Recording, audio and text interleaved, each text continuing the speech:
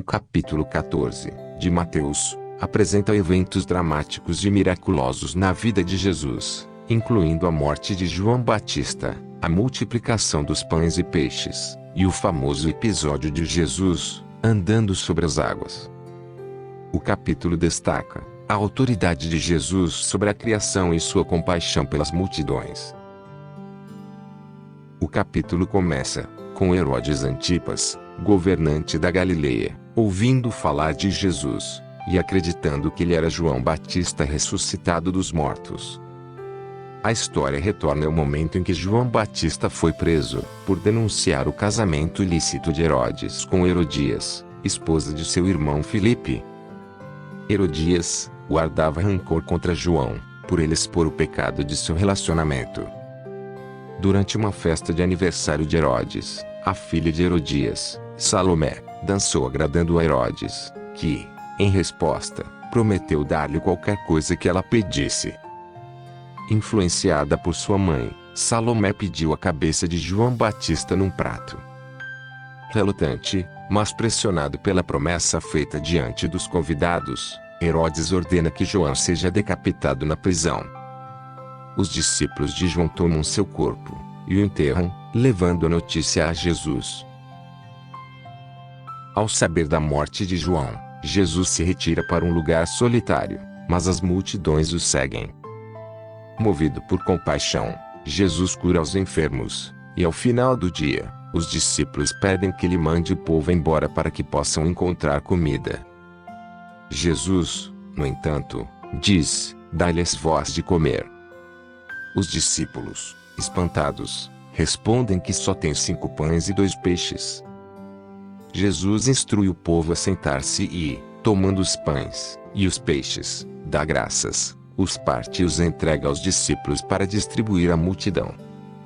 Milagrosamente, todos comem e ficam satisfeitos, e ainda sobram 12 cestos cheios de pedaços.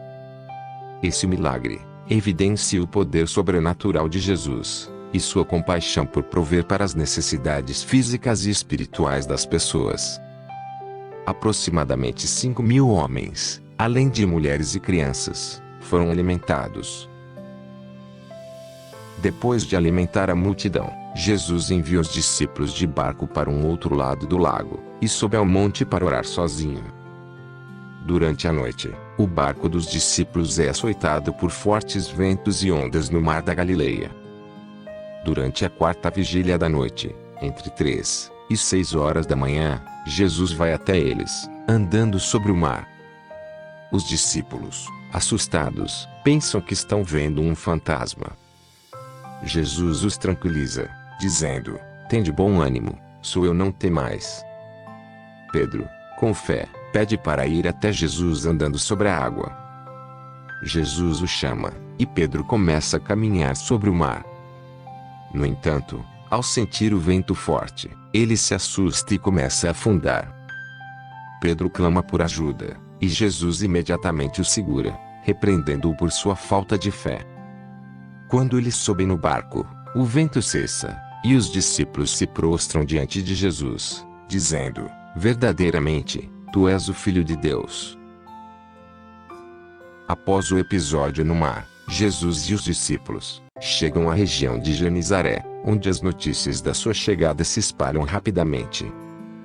As pessoas trazem seus enfermos a Jesus, implorando para que pudessem ao menos tocar a orla de suas vestes. Todos os que tocam suas vestes são curados, demonstrando o poder e a compaixão contínuos de Jesus em curar os necessitados. Morte de João Batista. A execução de João marca o crescente conflito entre os líderes terrenos e o reino de Deus. Mesmo um profeta poderoso como João é perseguido pela verdade que proclama. Multiplicação dos pães e peixes. Este milagre demonstra o cuidado de Jesus pelas multidões e seu poder de multiplicar recursos limitados para satisfazer as necessidades de muitos. Também é um prenúncio do alimento espiritual que ele oferece. Jesus anda sobre as águas. Este evento sublinha a autoridade de Jesus sobre a natureza e seu convite para confiar nele, em meio às tempestades da vida. O episódio de Pedro ilustra o poder da fé e o perigo da dúvida. Curas em Genizaré. A simples fé daqueles que tocam as vestes de Jesus e são curados reforça o papel dele como curador e salvador. Mateus 14. É um capítulo que mistura desafios, milagres e lições de fé, mostrando tanto o poder quanto a misericórdia de Jesus, enquanto ele revela sua autoridade divina em meio a desafios pessoais e naturais.